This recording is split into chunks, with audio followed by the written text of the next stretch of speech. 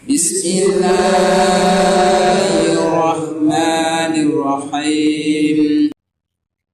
Assalamualaikum warahmatullahi wabarakatuh. Bismillahirrahmanirrahim. Tabarakalladzi nazzalal furqana ala 'abdihi liyakuna lil 'alamin nadhira. Allahumma shalli wa sallim ala nabiyyillah wa ala rasulillah sayyidina Muhammadin wa ala alihi washabbihi ajmain. Amma ba'du. Al-Fatihah. A'udzu billahi minasyaitonir rajim.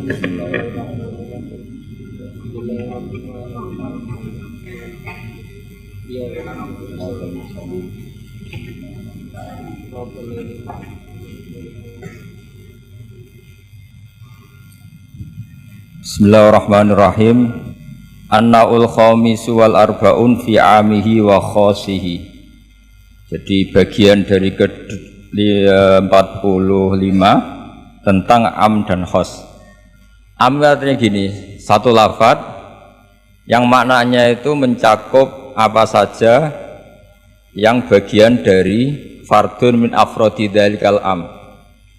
Jadi kalau ada orang bilang Ja'al insanu, datang manusia, berarti manusia siapa saja, bisa sukunya macam-macam, agamanya macam-macam, asal kecelok atau tersebut sebagai apa? Manusia. Nanti kaitannya tentang hukum. Saya baca ya. Al-amu lafdun yastaghriqu as-solihah lahu min ghairi hasrin.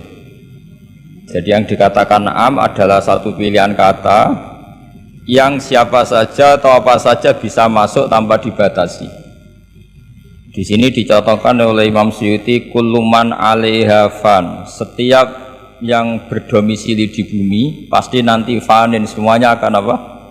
Rusak atau akan apa?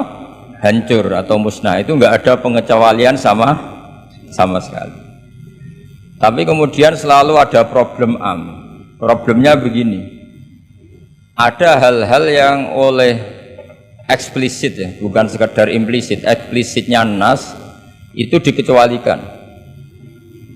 Nah, pengecualian itu bisa secara makna maupun secara mafhum. Misalnya begini, kamu punya aturan siapa saja gak boleh masuk rumah ini. Itu kalau satpam kamu itu pinter, tentu otomatis tidak memasukkan aturan itu tidak termasuk untuk istri dan anak. Nah, nanti nggak boleh terus satpamnya bilang anaknya mau masuk, jangan, kata bos saya siapa saja, kamu termasuk siapa saja. Atau contoh paling gampang itu istri sedang baik-baiknya ngomong sama suaminya, mas, nak ingin nopo rembuk sama saya, ingin apa saja rembuk sama saya. Ternyata, oh ya, ternyata rembukannya saya ingin poligami. Wah, itu apa saja yang jadi masalah. Padahal kalimatnya kalau ingin apa saja rembuk dengan saya. Kira-kira kalau inginnya seperti itu kira-kira masalah apa enggak? Geger kan? Nah, itu termasuk apa saja apa enggak? Apa saja. Cuma yang itu jangan. Nah, itu ada analisis ulama. Sehingga analisis ulama itu mengatakan begini. Fama min amin illa wa yatakhayyalu fihi takhsisu. Saya ulang lagi ya. Fama min amin illa wa yatakhayyalu fihi takhsisu. Enggak ada lafadz am kecuali kebayang ada takhsisnya, kebayang ada pengkhususan. Karena ya otomatis itu otomatis. Kayak tadi misalnya sampean tak bilangin siapa saja enggak boleh masuk rumah saya. Tentu itu ada koridor hukum baik yang difahami secara implisit maupun secara tatanan sosial. Bahwa itu tentu maksudnya itu orang lain. Tapi kalau gurunya, orang tuanya, anaknya, istrinya tidak akan masuk kaidah itu. Misalnya ya ayyuhalladzina amanu la tadkhulu buyutan nabiyyi illa yudana lakum. Wahai orang-orang yang beriman jangan masuk rumahnya Nabi kecuali dapat izin. Tentu ayat itu bukan untuk Sayyidah Aisyah, bukan untuk Hasan Husain, bukan untuk Sayyidina Ali, bukan untuk Sayyidah Fatimah, karena mereka orang-orang yang otomatis boleh keluar apa? Masuk. Makanya itu enggak gampang ya, menyimpulkan hukum dari Al-Qur'an enggak gampang. Misalnya gini, wa ahallallahu bai'a, Allah menghalalkan jual beli. tentu nggak pernah kebayang termasuk di situ adalah jual beli narkoba, jual beli yang menipu, jual beli yang merugikan orang. Jual beli ini yang parah lagi ini, provokator ini. Jual beli wong wedok kan. Itu. Nah, nggak bisa kamu terjemah gini. Allah menghalalkan jual beli apa saja. Karena apa saja ini bahaya untuk kasus-kasus yang diharamkan Allah Subhanahu wa taala. Lah pengecualiannya gimana caranya? Imma pengecualian cara berpikir gini, yang dihalalkan Allah pasti yang baik. Berarti terjemahnya Allah menghalalkan jual beli yang baik. Nah, jadi makanya disebut di sini fama min amin illa wa yatakhayyalu fi takhsis. Tidak ada am kecuali prakteknya tetap ada takhsis, ada khusus. Misalnya gini, as-sholatu khairun maudu'un fa'aksir au akillah. Sholat itu selalu baik, maka silahkan kamu memperbanyak sholat atau pas-pasan au akillah. Maksudnya sholat sunat.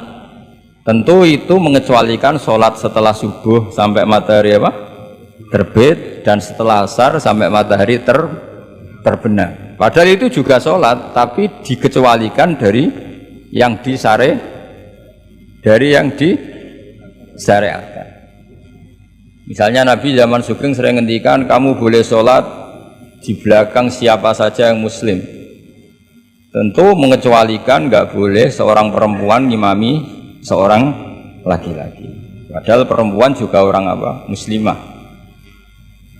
Maka di sini ada trauma ada trauma dari ulama sampai nggak mau belajar kaidah. Cari hukum-hukum yang detail, ibarat pasal-pasal kenegaraan ya sampai detail-detail ayatnya, penjelasannya. Karena kalau kaidah umum itu pasti repot. Misalnya sama mengartikan Pancasila, sila ketiga Persatuan Indonesia. Kan nggak bisa kamu artikan partainya harus sama, pilihan presidennya harus sama. Karena kalau beda namanya tidak persatuan. Ya tidak bisa seperti itu. Karena kalimat itu pasti bias. Nah, makanya fama min amin illa wa yatakhayyalu fihi takhsisu. Tidak ada am kecuali ada taksis. Di sini dicontohkan hurrimat alaikumul maitah, diharamkan pada kalian makan bangkai. Kamu tahu maknanya bangkai? Bangkai adalah hewan yang mati tanpa bidzakatin syar'iyyin, tanpa penyembelihan secara syarak. Ada enggak pengecualinya? Ada. Ikan laut. Ikan laut itu kan matinya tidak karena disembelih. Halal apa enggak? Halal. Artinya kata hurrimat alaikumul maitah, diharamkan pada kalian bangkai, ternyata ada pengecualian, yaitu as-samaku wal jarad, belalang dan ikan laut. Nah, itu masih banyak lagi. Makanya terus dibabkan faslun fi amihi wa khosihi, bab menerangkan ayat atau qaulullah yang am, yang umum, dan yang khos, yang khusus. Nah, untuk memastikan itu ya mau tidak mau memang harus belajar. Kalau nggak belajar nggak bisa, yang ikuti ulama. Biasanya ya nggak mau belajar, ya nggak mau ikut ulama, itu yang jadi masalah kan. Karena ikut juga gengsi. Apalagi yang diikuti kubu sebelah, biasanya masalah itu. Nggak boleh dalam ilmu Quran, nggak boleh seperti itu. Sebab itu bab ini diteruskan oleh Imam Suyuti fi mujmalihi wa mubayyinihi. Ayat yang mujmal dan mubayyinnya, penjelas dari mujmal itu. Misalnya begini, yang dikatakan puasa itu apa coba? Nggak, ini latihan jadi ahli fikih. Yang dikatakan puasa itu apa coba? Menahan. Umumnya orang kan menahan lapar dan minum dari fajar shadiq menjadi sampai terbenamnya matahari. Nah, sekarang pertanyaannya, kalimat menahan lapar dan haus itu maknanya itu kan sebetulnya masih salah. Redaksi itu salah. Karena juga nggak boleh hubungan intim, nggak boleh memasukkan apa saja ke lubang dan sebagainya. Terus lalu batasannya sampai matahari terbenam. Ada beberapa daerah yang terbenamnya matahari itu tidak wajar. Sampai misalnya siangnya itu 22 jam. Atau kebalikannya, nggak ada matahari terbit, nggak ada matahari tenggelam, kayak di kutub. Sehingga saya berkali-kali bilang, ulama Indonesia itu kenapa alim, itu ya diantara faktornya itu ada unsur kebetulan. Sehingga ada katakan hoax. Coba kalau kamu jadi ulama di kutub, terus cerita, baca takrib di sana. Awal waktu sholat subuh itu dimulai dari tulul fajri sodik sampai terbitnya matahari. Orang kutub mesti tertawa-tawa, mataharinya mana bah gitu. Waktu zuhur adalah ketika matahari agak tergelincir ke arah barat dari garis tengah. Wah, yang bener aja. Nggak ada matahari kok semua ukurannya matahari. Sehingga dalam ilmu falak astronomi diterangkan daerah yang enggak dilewati khotul istiwa, kalau dalam bahasa Indonesia disebut katulis istiwa, itu sebenarnya dari ilmu falak Arab, itu namanya khotul istiwa. Khotun itu garis, istiwa itu garis tengah. Khotul istiwa terjadi bahasa Indonesia katulis istiwa. Kayaknya tidak mungkin lah orang Indonesia pertama ahli falak, mesti yang ahli dulu itu orang Arab karena ilmunya dari Arab. Jadi dari kulaan terus dijadikan bahasa sendiri apa? Katulis istiwa. Seperti Taj Mahal itu sebenarnya dari bahasa Arab mumtaz mahal. Mumtaz itu spesial, mahal itu tempat. Terus bahasa Indonesia jadi apa? Taj Mahal. Itu kacau semua itu bahasa. Saya terangkan. Karena kita ngaji di Indonesia, kebetulan Indonesia termasuk daerah yang dilewati apa? Katulistiwa, sehingga waktu kita normal trennya ya 12 sama berapa? 12. Nanti ada masalah itu misalnya kamu tadi di kutub, lalu puasanya gimana? Apa dikonversi tetap polanya 16 jam, terus konversi per antar sholat itu kira-kira berapa jam? Taruh saja misalnya kamu sudah zuhur jam 12, ya trennya asarnya ya jam 3, kan nggak mungkin habis zuhur jam 12, asarnya jam 1. Karena polanya tafawutnya antara zuhur dan asar itu 3 jam. Setelah zuhur sama asar sama maghrib polanya juga 3 jam. Maka yang seperti ini mau tidak mau harus ada pengecualian. Ketika Rasulullah misalnya ngendikan waktu asar itu khina yakunu dhillusya mislahu terus waqalilan misalnya. Waktu asar dimulai apa? Dhillusya mislahu. Jadi kalau sesuatu 1 meter bayangannya 1 meter lah, pas lebih sedikit itu berarti sudah waktu asar, kan gitu ukuran dulu kan nggak pakai jam ya. Terus habisnya waktu asar setelah matahari terbenam. Tentu dawuhnya Nabi seperti itu momentumnya di mana? Di daerah yang dilewati khotul istiwa. Karena yang tidak dilewati khotul istiwa tidak mengalami ada matahari terbit, terbenam dan zawalus samsi. Makanya tadi itsma min amin illa wa yatakhayyalu fi takhsisu, tidak ada tidak ada kaidah umum kecuali sebetulnya pasti ada khusus. Ya kayak tadi. Mas kowe kepen apa tak dukung. Wah, terus biasa aku yo pen wayo wis taqabbal wa minkum taqabbal ya kari. Padahal kalimatnya apa saja, tapi jangan lagi-lagi tentang itu. Kamu nggak bisa bantah, kan apa saja. Oh, dasar orang goblok kok pahaman, kan mesti gitu, malah masalah besar itu. Sehingga di Quran itu selalu ada seperti itu. Misalnya ya sama lah, misalnya nikahi perempuan siapa saja yang kamu cintai. Ya tentu cinta yang kamu cintai itu tidak memasukkan ibu dan adik, karena itu mahram apa? Pasti ada, orang pasti paham boleh menikahi perempuan siapa saja yang kamu cintai, asal muslimah, asal sholat.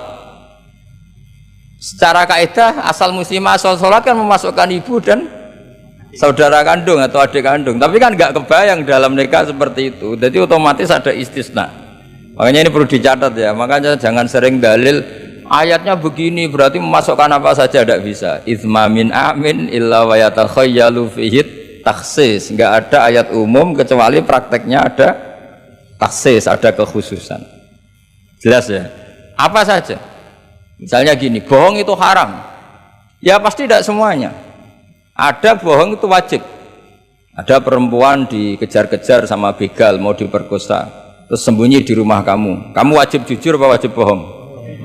Wajib jujur apa wajib bohong? Wajib bohong. Kalau kamu jujurin namanya kebodohan. Bukan. Pak, saya wedok mau ning ndi? Monggo teng mriki kula dudono.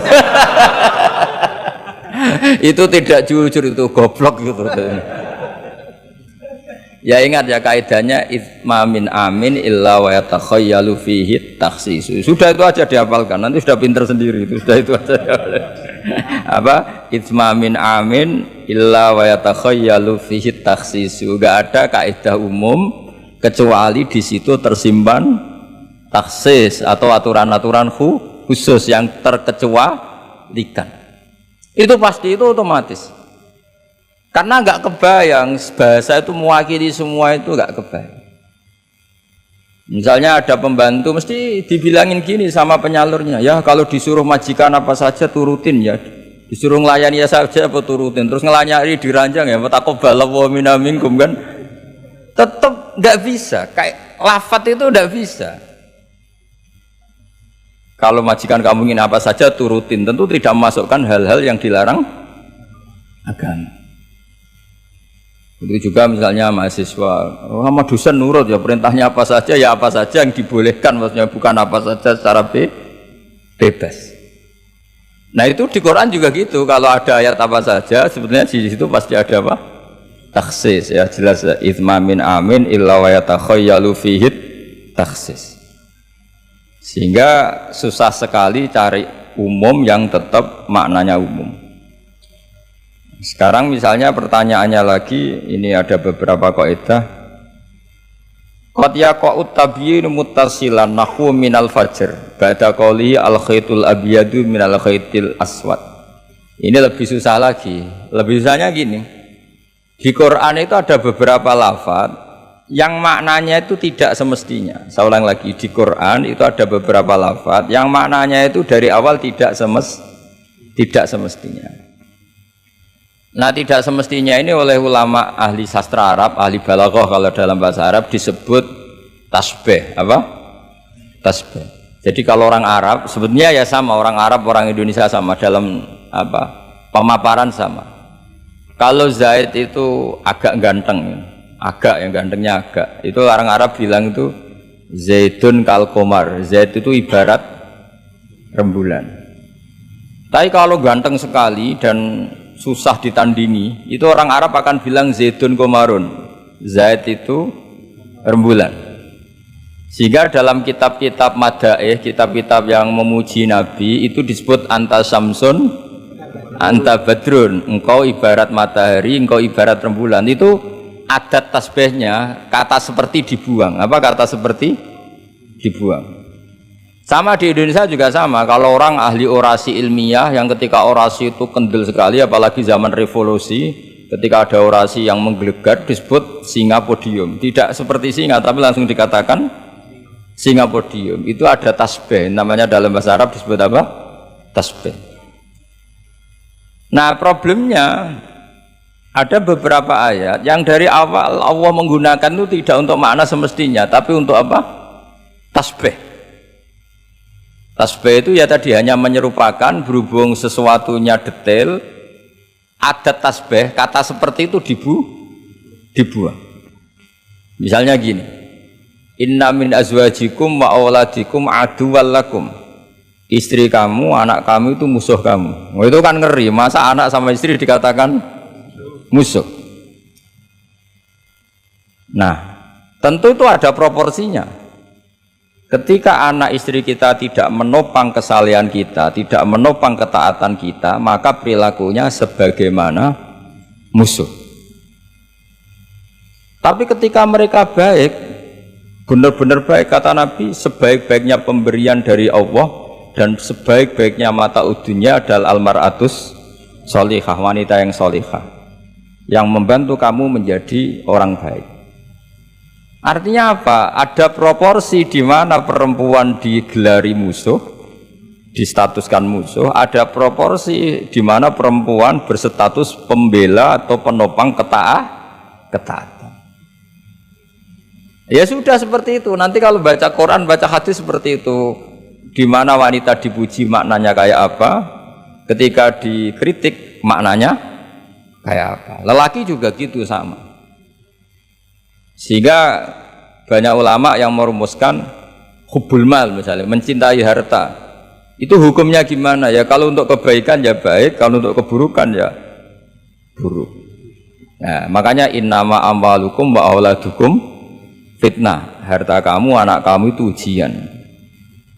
Nah, ini penting sekali dikenalin sehingga Quran itu tidak saling bertabrakan. Ya, Quran itu tidak saling bertabrakan. Di ayat ini perempuan dipuji, di ayat ini perempuan dikritik. Misalnya tadi inna min azwajikum wa auladikum aduwal lakum, tapi ada ayat fassolihatu qanitatun hafidhatul lil ghaibi bima hafidha. Perempuan itu luar biasa, penjaga kedamaian, penjaga kehormatan, itu luar biasa dipuji. Ya tentu dalam konteks yang layak dipuji. Kalau sedang dikritik ya dalam konteks yang layak dikritik. Artinya pujian ini bukan cek kosong tanpa pengecualian, dihujat atau dikritik juga tanpa cek kosong tanpa pengecualian. Lagi-lagi kaidahnya itsma min amin illa wa yatakhayyalu fihi takhsis. Tidak ada lafadz umum kecuali di situ terbayang ada kekhususan. Ya jelas ya. Jadi nah kemudian kekhususan itu gimana? Kalau dalam ilmu fikih disebut menghilangkan masodak. Masodak itu pokoknya ini tak pakai bahasa asli ya, biar nanti habis ngaji itu keren. Ini pasti pakai bahasa asli yang di usul fikih. Masodak itu satu nama yang mencakup sesuai kriteria definitif lah kalau dalam bahasa inteleknya. Misalnya gini, ini yang dikatakan tangan ini sampai ini kan, ini semuanya tangan. Nah ini namanya mujmal. Kata Rasulullah misalnya kalau kamu wudu, basuhlah tangan kamu. Tapi secara sanad kita sampai Rasulullah basuh tangan itu sampai sini saja. Ya kan? Itu di bab wudu sampai siku saja. Tapi sikunya terbasuh loh ya. Jelas ya. Padahal ini juga tangan. Tapi di bab qat'u yadis sarik, di bab memotong tangannya pencuri, wasariqu wasariqatu faqta'u aydiyahuma, orang kalau mencuri dalam ajaran Islam atau negara Islam dipotong tangan. Segini apa hanya segini? Sampai gelang kaki apa mata apa ini namanya? Pergelangan apa sampai sini? Pergelangan. Padahal kalimatnya ya faqta'u aydiyahuma, maka potonglah tangannya. Tapi ternyata di bab potong tangannya pencuri di negara Islam hanya pergelangan, tapi di wudu sampai siku. Lalu kalau mau tanya ukurannya apa Gus? Ya itu ukurannya ngaji tadi. Ya ukurannya ngaji memang nggak bisa dijelaskan. Kalau nggak paham jangan protes terus. Ya sudah seperti itu. Apalagi misalnya di Quran disebut jika kamu tahallul dari haji maupun umroh, mukhallikina ru'usakum, itu lafadznya mukhallikina ru'usakum, memotong kepala. Masa setelah haji dibantai kan enggak? Nah itu ru'us di situ itu dengan makna apa? Rambut. Lalu pertanyaannya harus semua apa sebagian? Nah itu kan masalah. Nah itu namanya mujmal. Mujmal itu lafadz yang umum, masodak kalau dalam bahasa Arab. Kemudian kita mencari-cari sanad. Saya ulang lagi, kita mencari-cari sanad sampai Rasulullah dulu beliau maknanya kayak apa. Akhirnya ternyata Rasulullah kalau tahallul ada yang gundul, lontos, didoakan sampai 3 kali, Allahumma marhamil muhallikin. Terus sahabat pada usul, wal muqassirin ya Rasulullah. Masyhur itu kan, ya Allah semoga orang yang cukur gundul engkau beri rahmat yang banyak. Sahabat yang enggak mau gundul usul wal muqassirin, juga yang cukur apa? Pendek. Nabi masih ngulang lagi wa marhamil muhallikin. Mereka protes lagi, wal muqassirin ya Rasulullah, tapi Nabi masih gak mau ngendikan apa? Nah, terus baru ketiga sudah disebut, baru yang terakhir bilang apa? Wal muqassirin juga yang cukur pendek. Lalu ukurannya apa? Imam Syafi'i milih qadru'un mulatil asbu, sekadar apa? Ujungnya apa? Jari. Sehingga pokoknya kira-kira segini. Jumlahnya minimal berapa? 3. Nah seperti itu mau tidak mau lafadz itu mujmal. Kita tidak pernah bisa tahu tanpa sanad ke Rasulullah Shallallahu Alaihi Wasallam. Karena Nabi yang punya otoritas litubayyina linnasi manuzzila ilaihim. Kamu Muhammad yang punya otoritas menjelaskan apa yang saya turunkan. Karena kalau tanpa Nabi tidak bisa. Misalnya Allah hanya ngendikan wa yuqimunas sholat, orang baik adalah yang mendirikan sholat. Jumlah rakaatnya kamu tahu tanpa Nabi? Nggak tahu kan, mana yang wajib, mana yang sunat juga enggak. Makanya ketika ada orang mau belajar sholat sama Nabi, kata Nabi, sudah di sini aja nginep kan. Terus kamu sholat terus di belakang saya. Setelah 3 hari nginep, Nabi ngajarinya mau gini dok, sallu kama ra'aitumuni usolli, ya sudah niru saya. Jadi Nabi nggak pernah ngajar kayak di kampus-kampus nulis terus nerangin itu enggak. Kalau ada orang belajar sholat, ya Rasulullah saya ajarin sholat sebagaimana sholat engkau. Ya sudah nginep di sini 3 hari, kamu sholat di depan. Ya sudah, terakhir mau boyong, Nabi hanya ngendikan sallu kama ra'aitumuni usolli, ya sudah kamu sholat kayak saya. Ketika musim haji juga gitu. Orang disuruh haji, kata Nabi, apa saja yang saya lakukan dilihat ya. Ya Rasulullah. Setelah selesai haji, Nabi hanya ngendikan litakhudhu anni manasikakum apa? Litakhudhu anni manasikakum, ya sudah kamu mengambil cara ibadah haji dengan melihat saya. Nah, cara-cara seperti itu sebenarnya lebih efisien ketimbang tag. Karena kalau tag itu bias. Sudah bias, kalau umum mesti potensi taksis, ya, potensi apa? Taksis. Ya jelas ya. Jadi ini saya teruskan lagi ya. Misalnya at-thalaqu marratan. Yang dikatakan cerai ini termasuk contohnya lagi, ini saya beri contoh. At-thalaqu marratan, talak itu ada 2. Itu benar apa salah? Di Quran loh. Talak ada 2, benar apa salah? Cara fikih salah, karena menurut fikih talak itu 3. Ya saya ulang lagi ya, di Quran kan istilahnya at-thalaqu marrotan, tolak itu 2. Salah apa benar? Salah secara fikih, karena secara fikih tolak itu 3. Maka cara memahami gimana? At-thalaqu marrotan, talak itu hanya 2 dalam konteks yang boleh kembali.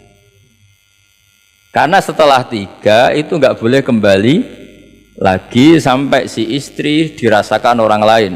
Nah, namanya apa? Muhallil. Nah, akhirnya orang ulama itu mulai trauma, memahami ayat mulai trauma. Traumanya karena setiap satu kalimat atau satu frase atau satu qadiyah kalau dalam bahasa Arab itu mesti duduknya beda-beda, duduk perkaranya beda-beda. Di bab wudu tangan itu sampai siku. Di bab qat'u yadis sarik, memotong tangan pencuri hanya sampai pergelangan. Ya sudah, kalau tanya cara tahu gimana, yang ngaji sudah nggak bisa itu jelaskan. Apalagi sebulan sekali gini, wah tambah. Yang ngaji puluhan tahun saja tidak mesti alim, apalagi sebulan apa? Sekali. Makanya itu bisa dipakai alasan. Kenapa ada alim? Kan sebulan sekali. Jadi kalau ada kenapa ada alim? Kan apa? Sebulan sekali. Itu kan salahnya Gus Ba, ada mau ngajar tiap hari gitu. Ya jadi jelas ya, jadi semua itu ada proporsinya. Misalnya ada ayat lagi, la tudrikuhul absor. Keyakinan orang mukmin nanti di surga itu melihat Allah apa enggak? Enggak, keyakinan umumnya yang hadir di sini. Melihat kan? Tapi ada ayat la tudrikul absor, Allah itu tidak bisa tersentuh, bisa diliput oleh pandangan mata. Padahal di sebagian ayat wujuhu yauma idzin nadhirah ila rabbiha nadhirah, orang-orang baik adalah wajahnya apa bersinar, nadhir itu maknanya bersinar pakai dot, ila rabbiha nadhirah, dan wajah-wajah itu nanti melihat Allah. Akhirnya yang pakai dot ya. Jadi kalau pakai dot itu apa? Bersinar, wujuhu yauma idzin nadhirah, terus apa? Ila rabbiha nadhirah. Nah, akhirnya ulama cara berpikir gini, la tudrikuhul absor wa huwa yudrikul absor wa huwal latiful khabir. Meskipun kita melihat Allah itu tidak mungkin ikhatah itu terus paham detail ya, paham apa? Detail, karena bagaimanapun Allah itu qadim itu la yutakayyaf, enggak kebayang. Apapun hebatnya kita, perangkat kita ini semuanya profan, semuanya hadis. Sementara Allah adalah zat yang tidak terbatas. Sehingga ya sudah, kita tidak akan melihat secara utuh, secara sempurna sampai kita paham. Tapi seperti itu sudah bisa dikatakan melihat. Paham ya? Misalnya Anda melihat Merapi dari jauh, sudah bisa dikatakan melihat. Tapi jangan disuruh detail, pohonnya apa saja. Nah itu kan nggak ngerti detail. Ya kira-kira gambarannya seperti itu. Jadi la tudrikul absor ada makna khususnya, yaitu sampai menguasai, sampai memahami. Ila rabbiha nadhirah, ya melihatnya sampai apa sih kira-kira? Ya sudah seperti itu. Makanya semua kalimat ketika semua ulama, semua kalimat itu proporsional. Kamu bilang mencintai istri, sama ibu ya bilang mencintai. Saya teman yang kamu cocok ya mencintai. Lalu makna mencintai itu gimana coba? Mencintai ibu ada maknanya sendiri, mencintai istri ada maknanya sendiri, terus mencintai simpanan ini yang repot. Itu maknanya juga sendiri lagi. Mencintai teman sendiri lagi, mencintai uang maknanya ya semuanya dengan kata mencintai. Misalnya orang mukmin disebut walladzina amanu asyaddu hubbalillah, orang mukmin itu sangat mencintai Allah. Kalau mencintai Allah itu dengan mencintai manusia itu beda, aturannya juga beda. Kata para ulama, kalau Allah itu suka kalau dimintai. Tapi kalau kamu mencintai seseorang, kamu sering minta, wah itu istaqabbalallahu minna. Jadi Allah itu suka apa? Allahu yaghdabu in tarakta su'alahu wa banu adama yaghdab. Jadi Allahu yaghdab in tarakta su'alahu. Allah justru tersinggung kalau orang yang mencintai dia kemudian tidak sering-sering minta. Tapi kalau Bani Adam semakin sering dimintain malah nafsu ya, malah tersinggung, malah capek. Jadi sama-sama kalimatnya juga mencintai. Nah bayangkan Quran itu seperti itu. Min awali hatta akhiri, lafaz ini semua proporsional. Apa? Semua itu proporsional. Sehingga cara maknani gimana ya tadi? Ada am, ada khos, ada mujmal, ada muqayyad. Makanya kita akan selalu berdebat, misalnya ya selalu, saya ulang lagi, selalu berdebat madhab kiblat itu sebetulnya harus persis apa. Kalau dalam konteks Indonesia asal kelihatan ke barat ya sudah keceluk madhab apa? Kiblat. Karena kalau detail, saya ulang lagi, kalau detail berarti semua masjid itu maksimal luasnya hanya 18 meter. Karena Ka'bah diameternya hanya 18 meter. Sekali yang di ujung sana, wah pasti melencengnya jauh itu. Jangan-jangan yang melenceng pas imamnya malah. Karena kalau Ka'bah 18 meter yang ujung sana, berarti imam yang di sini, oh bisa sampai Ethiopia. Ya kan? Nah, itu kalau harus detail juga Ka'bah orang sholat harus cekung. Nah kalau cekung bisa menuju ke satu titik. Tapi mana ada ajaran masjid apa? Cekung. Maka seperti itu dari awal Allah tidak menghentikan Ka'bah. Fawalli wajhaka syatrul Masjidil Haram. Satro itu nahwa. Ya sudah, yang penting kamu menghadap ke arah Masjid Haram, bukan ke ainal Masjidil Haram yang detail. Jadi satro itu nahwa. Nahwa itu ya pokoknya ke sana. Nah itu yang dimaksud yuridu wa bikumul yusra wala yuridu bikumul usra. Agama ini gampang, kenapa dipersulit? Jangan kayak birokrat tertentu, kalau bisa sulit kenapa dipermudah?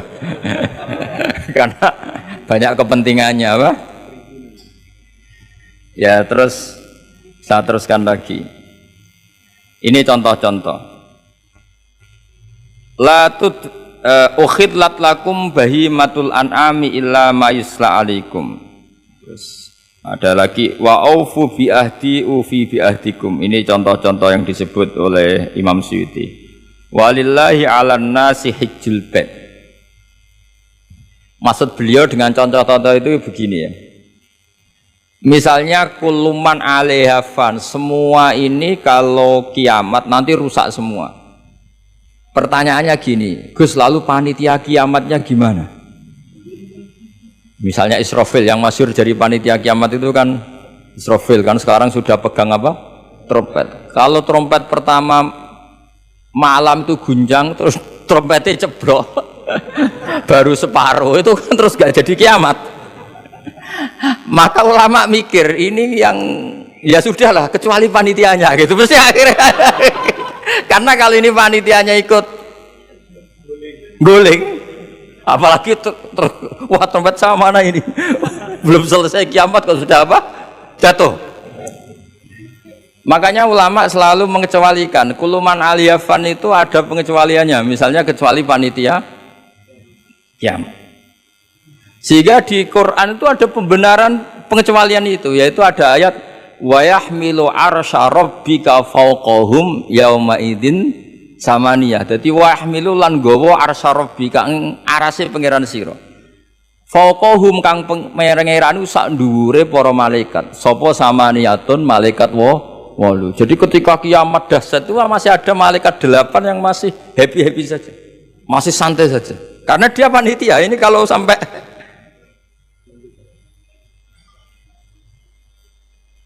makanya masyhur ya, itu kan jadi yauma idzin wa yahmilu arsya rabbika fawqahum yauma idzin. Di hari kiamat itu ada malaikat yang masih enggak rusak, yaitu termasuk 8 malaikat panitia apa? Kiamat.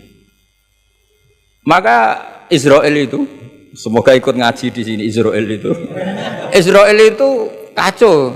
Kacaunya itu dia tahunya itu terlambat, masyhur itu. Setelah orang mati semua nanti di kiamat, kamu sudah tidak tahu, sudah mati. Ini saya tahu ya di kitab. Setelah mati semua, Allah tanya, Israel sudah mati semua? Sudah Gusti. Sudah semua, sudah. Masih satu. Mana Gusti? Tak coplok nyawane katanya. Kamu katanya. Wah setelah itu Israel sudah cabut sendiri nyawa kamu. Itu kesakitannya Masya Allah. Tapi dia sekarang belum tahu, kalau itu sakit belum tahu, sekarang itu belum tahu. Makanya semoga dengarin supaya tahu.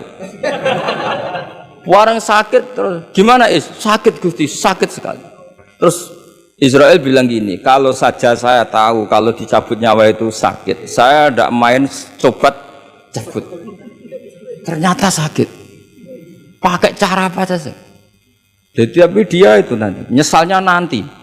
Sekarang belum tahu, makanya terus masih main cabut aja itu. Jadi malaikat Israel ya itu tadi. Maka tetap ada pengecualian. Karena kalau nggak ada pengecualian kita kiamat semuanya rusak lalu. Nah, terus ulama menambahkan lagi surga dan neraka. Surga dan neraka itu juga termasuk ketika kiamat tidak ikut rusak. Karena kalau rusak lalu nanti orang-orang ini ditampung di mana? Kamu tahu kan para nabi sekarang posisinya di mana? Surga. Para syuhada, kalau ini ikut rusak, konstruksinya kan kacau semua. Jadi para syuhada, utamanya para nabi kan dijamin sudah di surga sekarang, enak-enakan, serba nikmat. Kemudian ada kiamat, gempa hancur lagi. Berarti kalimat surga enak-enakan kan keliru. Maka ada pengecualian lagi, termasuk surga dan neraka. Lah itu fama min amin illa wa yatakhayyalu fihi takhsis. Ya jadi makanya ini pentingnya ngaji ulumul Quran ini yang guru-guru VAI ini yang wajib itu. Ya, insya Allah gitu. Ya saya teruskan lagi ya. Jadi lafadz-lafadz yang butuh penjelasan. Kayak ihdinas siratal mustaqim, tunjukkan kami jalan yang lurus. Tentu butuh penjelasan. Penjelasannya apa? Siratal ladzina an'amta 'alaihim, jalan mereka yang telah Engkau beri nikmat. Juga sama, walillahi 'alan nasi hijjul bait. Semua manusia diwajibkan Allah haji. Lalu kan tidak mungkin semua manusia punya kemampuan. Akhirnya diberi penjelasan manistata'a ilaihi sabila, yang punya kemampuan kesana.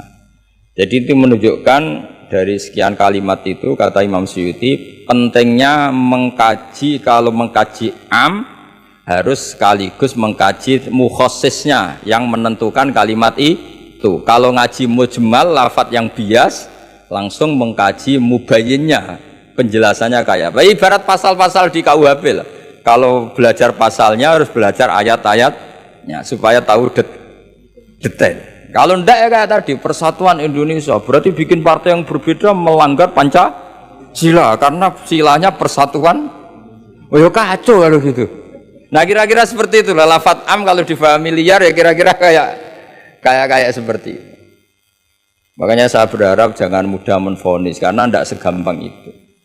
Misalnya Nabi sering ngendikan laisa minna man ghasyana, tidak termasuk umatku orang yang menipu. Ya ternyata ketika menipu itu tidak perilaku atau cerminan sebagai umatnya Nabi, tapi ya dalam hal menipunya saja. Tapi kalau ketika dia pas sholat, pas zakat, pas baik, ini cerminan umatnya Nabi. Jadi laisa minna efitil kal khoslah, itu semua ulama menafsirkan efitil kal khoslah. Dalam hal itu dia tidak cerminan umatnya Nabi. Tapi di hal-hal yang lain cerminan umatnya Nabi. Karena tetap famay ya'mal mithqala dzarratin khairan yarah wa may ya'mal mithqala dzarratin syarran yarah. Artinya yang baik ya baik, berarti cerminan umatnya Nabi. Misalnya kayak orang tukang nipu, tapi ternyata ya tukang sholat, tukang zakat, tukang puasa, ya sudah pas tukang baik cerminan umatnya Nabi, pas tukang buruk ya cerminan temannya setan lah kira-kira gitu. Tapi jangan langsung wah sudah ini setan tok, ya keliru kamu, dia kan punya sisi baik. Ya sudah seperti Quran saja, baik ya roh, syarron ya roh, artinya semuanya ada catatannya sendiri. Fa may ya'mal mithqala dzarratin khairan yarah wa may ya'mal mithqala dzarratin syarran yarah. Ini saya baca lagi ya. Qala Ibnul Hassar minan nasi man ja'alal mujmal wal muhtamil bi izai syai'in wahid. Qal was-shawab annal mujmal al-lafdu al-mubham alladhi la yufhamu al-muradu minhu wal muhtamil al-lafdu al-waqi' bil wad'il awal. Ya, kalau mujmal itu lafadz yang global. Kalau muhtamil itu lafadz yang kayak iya kayak tidak. Saya ulang, kayak iya kayak tidak. Kayak iya kayak tidak itu imma karena bias, wa imma karena konteks. Saya beri contoh misalnya gini, saya punya pembantu ya, kalau dalam tradisi kiai itu punya anak dalam, terus bilang gini, dong tamunya kasih kopi. Ya pagi-pagi ada tamu, saya bilang dong tamunya kasih kopi. Ternyata tamunya itu perempuan atau orang yang nggak ngopi, kemudian disuguhi teh. Pertanyaannya anak dalam ini melanggar apa enggak? Tidak, karena kata kopi itu sebenarnya mewakili kata alat untuk menghormat tamu. Cuma saya sebagai kiai adalah elengnya itu kopi. Jika kopi itu bukan ibaratun anil kopi, anil kohwa, tapi ibaratun amma yukri bihid doifa. Nah, itu memang harus ngaji. Seperti itu kalau nggak ngaji nggak bisa. Saya melafatkan kopi itu adalah implementasi dari yang penting ada yang digonyugati. Bukan dengan makna kopi hitam. Sehingga misalnya tamunya kok disuguhi sprit, kebetulan dia milih sprit atau milih teh, saya juga sudah senang karena pembantu saya berarti sudah pinter, yaitu menghormat. Jelas ya. Ya sehingga kata itu sering tidak mengikat dalam agama ini. Sama seperti Rasulullah ketika bilang gini, ya Mu'ad inni uhibbuka, Mu'ad kamu, saya senang kamu, kata Nabi. Ya Mu'ad inni uhibbuka, saya senang kamu. Berhubung saya senang kamu, fakul dubura kulli sholatin, sebagian riwayat fala tada'anna kulla sholatin, maka setiap habis sholat dubura kulli sholatin kamu lafadzkan Allahumma a'inni ala zikrika wa syukrika wa husni ibadati. Kamu jangan pernah lupa berwiridan, ya Allah bantulah kami mengingat Engkau, ala zikrika wa syukrika, mensyukuri nikmat Engkau, wa husni ibadatik, dan ibadah secara baik kepada Engkau. Pertanyaannya, ketika Nabi nyebut mu'at itu sebagai orang hanya mu'at, apa sebagai umat yang harus dilatih? Umat yang harus dilatih, sehingga siapapun boleh pakai wiridan itu.